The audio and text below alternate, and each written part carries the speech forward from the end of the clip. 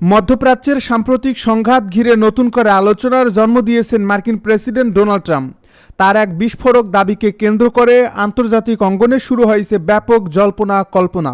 Donald ট্রাম্পের ভাষ্য অনুযায়ী ইরানকে ঘিরে যে সামরিক উত্তেজনা তৈরি হয়েছিল তা আরেকটু বাড়লেই সেটি শুধু আঞ্চলিক যুদ্ধেই সীমাবদ্ধ থাকত না, বরং বিশ্বের প্রভাবশালী শক্তিগুলো সরাসরি মুখোমুখি অবস্থানে চলে যেতে পারত। তার দাবি, ব্যক্তিগত কূটনৈতিক যোগাযোগের মাধ্যমেই তিনি চীনের প্রেসিডেন্ট শি জিনপিং, রাশিয়ার প্রেসিডেন্ট ভ্লাদিমির পুতিন এবং তুরস্কের প্রেসিডেন্ট রিসেপ তাইয়েপ এরদোয়ানকে এই সংঘাতের বাইরে থাকতে রাজি করেছিলেন। যদিও এই বক্তব্য নিয়ে এখনও সংশ্লিষ্ট দেশগুলোর পক্ষ থেকে আনুষ্ঠানিক কোনো নিশ্চিত মন্তব্য আসেনি, তবুও ট্রাম্পের এই বক্তব্য আন্তর্জাতিক রাজনীতিতে নতুন বিতর্কের জন্ম দিয়েছে। ডোনাল্ড ট্রাম্প বলেন, মধ্যপ্রাচ্যের পরিস্থিতি এমন এক পর্যায়ে পৌঁছেছিল যেখানে সামান্য একটি ভুল সিদ্ধান্ত বা সীমিত কোনো সামরিক পদক্ষেপও বড় ধরনের আন্তর্জাতিক সংঘাতে রূপ নিতে পারত। তার মতে, যদি ইরানের মিত্র হিসেবে পরিচিত শক্তিশালী দেশগুলো সরাসরি যুদ্ধে অংশ নিত, তাহলে পরিস্থিতি নিয়ন্ত্রণের বাইরে চলে যেত। বিশেষ করে যুক্তরাষ্ট্র ও তার ইসরায়েলের বিপরীতে একাধিক শক্তিধর রাষ্ট্র একই ময়দানে অবস্থান নিলে সেটি কার্যত বৈশ্বিক সংঘাতে রূপ নিতে পারত। ডোনাল্ড ট্রাম্পের দাবি অনুযায়ী সেই সম্ভাবনা ঠেকাতেই তিনি একাধিক রাষ্ট্র নেতার সঙ্গে সরাসরি যোগাযোগ করেছিলেন এবং তাদের সংযত থাকার আহ্বান জানিয়েছিলেন। তুরস্ককে নিয়ে ডোনাল্ড ট্রাম্পের বক্তব্য ছিল সবচেয়ে তাৎপর্যপূর্ণ। তিনি বলেন, প্রেসিডেন্ট এরদোয়ান এমন একজন নেতা যিনি ইসরায়েলের বিভিন্ন নীতির সমালোচক হিসেবে পরিচিত। এর ফলে আঞ্চলিক উত্তেজনা আরও বেড়ে গেলে তুরস্ক ইরানের পক্ষে অবস্থান নিতে পারত বলেই তার আশঙ্কা ছিল। ডোনাল্ড ট্রাম্প দাবি করেন, তিনি ব্যক্তিগতভাবে এরদোয়ানের সঙ্গে আলোচনা করে তাকে সরাসরি সামরিক সংঘাতে জড়িয়ে না পড়ার অনুরোধ জানান। তার ভাষ্য অনুযায়ী তুর্কি প্রেসিডেন্ট সেই অনুরোধকে গুরুত্ব দিয়েছিলেন এবং পরিস্থিতিকে আরও জটিল হতে দেননি। যদিও আঙ্কারা এখন পর্যন্ত ট্রাম্পের এই দাবির বিষয়ে প্রকাশ্যে কোনো বিস্তারিত প্রতিক্রিয়া দেয়নি। চীনকে ঘিরে ডোনাল্ড ট্রাম্পের মন্তব্য আন্তর্জাতিক অঙ্গনে বিশেষ গুরুত্ব পেয়েছে, কারণ মধ্যপ্রাচ্যের জ্বালানি সম্পদের উপর চীনের নির্ভরতা বহু বছরের।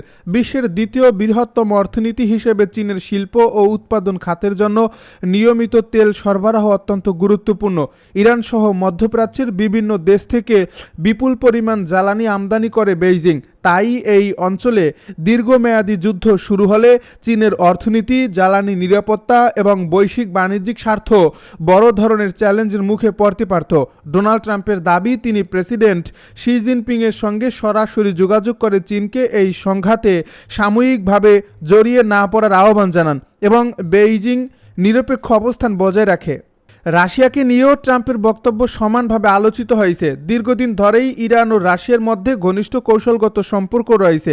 সিরিয়ার গৃহযুদ্ধ, আঞ্চলিক নিরাপত্তা এবং প্রতিরক্ষা সহযোগিতা সহ একাধিক ক্ষেত্রে দুই দেশের সম্পর্ক দৃঢ় হয়েছে। এর ফলে সংঘাত আরও তীব্র হলে রাশিয়া অন্তত কূটনৈতিক কিংবা সামরিকভাবে আরও দৃশ্যমান ভূমিকা নিতে পারে বলে আন্তর্জাতিক বিশ্লেষকদের একটি বড় অংশ মনে করছিলেন। কিন্তু ট্রাম্পের দাবি ভিন্ন। তিনি বলেন, প্রেসিডেন্ট ভ্লাদিমির পুতিন পরিস্থিতি পর্যবেক্ষণ করলেও সরাসরি যুদ্ধে জড়ানোর পথ বেছে নেননি। ট্রাম্পের ভাষায়, রাশিয়ার সামনে তখন আরও অনেক গুরুত্বপূর্ণ কৌশলগত ইস্যু ছিল। তাই মস্কো সংঘাতকে আরও বিস্তৃত করার পরিবর্তে পরিস্থিতি পর্যবেক্ষণে সীমাবদ্ধ ছিল। আন্তর্জাতিক সম্পর্ক বিশ্লেষকদের মতে, যদি সত্যিই একই সময়ে চীন, রাশিয়া অথবা তুরস্কের মতো বড় শক্তিগুলোর কোনো একটি সরাসরি সংঘাতে জড়িয়ে পড়ত, তাহলে মধ্যপ্রাচ্যে যুদ্ধের চরিত্র সম্পূর্ণ বদলে যেতে পারত। তখন এটি কেবল ইরান, যুক্তরাষ্ট্র এবং ইসরায়েলের মধ্যে সীমাবদ্ধ থাকত না, বরং একাধিক সামরিক জোট, কৌশলগত স্বার্থ এবং বৈশ্বিক শক্তির প্রতিদ্বন্দ্বিতা একসঙ্গে সক্রিয় হয়ে আন্তর্জাতিক নিরাপত্তা ব্যবস্থাকে বড় ধরনের সংকটের মুখে ফেলতে পারত।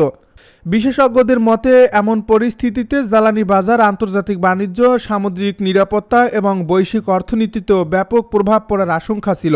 তবে ডোনাল্ড ট্রাম্পের এই বক্তব্য নিয়ে এখনও বিভিন্ন মহলে প্রশ্ন উঠছে, কারণ তিনি যে ব্যক্তিগত কূটনৈতিক যোগাযোগের কথা বলেছেন তার পক্ষে কোনো আনুষ্ঠানিক নথি বা সংশ্লিষ্ট রাষ্ট্রগুলোর প্রকাশ্য স্বীকৃতি এখনও সামনে আসেনি। বেইজিং, মস্কো কিংবা আঙ্কারা কোনো রাজধানী থেকেই পরস্পর এই দাবির সত্যতা নিশ্চিত করে বিস্তারিত বিবৃতি দেওয়া হয়নি। এর ফলে বিষয়টি এখনও রাজনৈতিক বক্তব্য হিসেবে বিবেচিত হচ্ছে।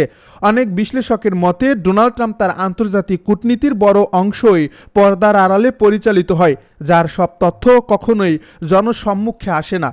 মধ্যপ্রাচ্যের সাম্প্রতিক সংকট আবারও প্রমাণ করছে এই অঞ্চলের প্রতিটি সংঘাত এখন শুধু একটি আঞ্চলিক নিরাপত্তা ইস্যু নয়, এর সঙ্গে জড়িয়ে থাকে বিশ্বের প্রভাবশালী রাষ্ট্রগুলোর রাজনৈতিক, অর্থনৈতিক এবং সামরিক স্বার্থ। তাই এখানে সংঘটিত প্রতিটি সিদ্ধান্তের প্রভাব ছড়িয়ে পড়ে আন্তর্জাতিক কূটনীতি থেকে শুরু করে জ্বালানি বাজার এবং বৈশ্বিক অর্থনীতির উপরও। এক দেশের সামরিক পদক্ষেপ অন্য দেশের কৌশলগত অবস্থানকে প্রভাবিত করে, আর সেই কারণেই মধ্যপ্রাচ্যের প্রতিটি উত্তেজনা নিয়ে বিশ্বজুড়ে এত গভীর উদ্বেগ তৈরি হয়। পর্যবেক্ষকদের মতে বর্তমান বিশ্বে সরাসরি যুদ্ধের পাশাপাশি কূটনৈতিক যোগাযোগও সমান গুরুত্বপূর্ণ হয়ে উঠছে। অনেক সময় যুদ্ধক্ষেত্রে গুলি ছোড়ার আগেই রাষ্ট্রনেতাদের টেলিফোন আলাপ, গোপন বৈঠক কিংবা বিশেষ দূতদের মাধ্যমে সংকট নিরসনের চেষ্টা চলে। এসব উদ্যোগের বেশিরভাগই জনসম্মুখে আসে না। এর ফলে কোনো সংঘাত এড়িয়ে গেলে তার পেছনের কূটনৈতিক প্রচেষ্টা সম্পর্কে সাধারণ মানুষ অনেক সময় অবগত হতে পারেন না। ডোনাল্ড ট্রাম্পের সাম্প্রতিক বক্তব্য সেই অদৃশ্য কূটনৈতিক প্রক্রিয়ার দিকেই নতুন করে দৃষ্টি আকর্ষণ করছে।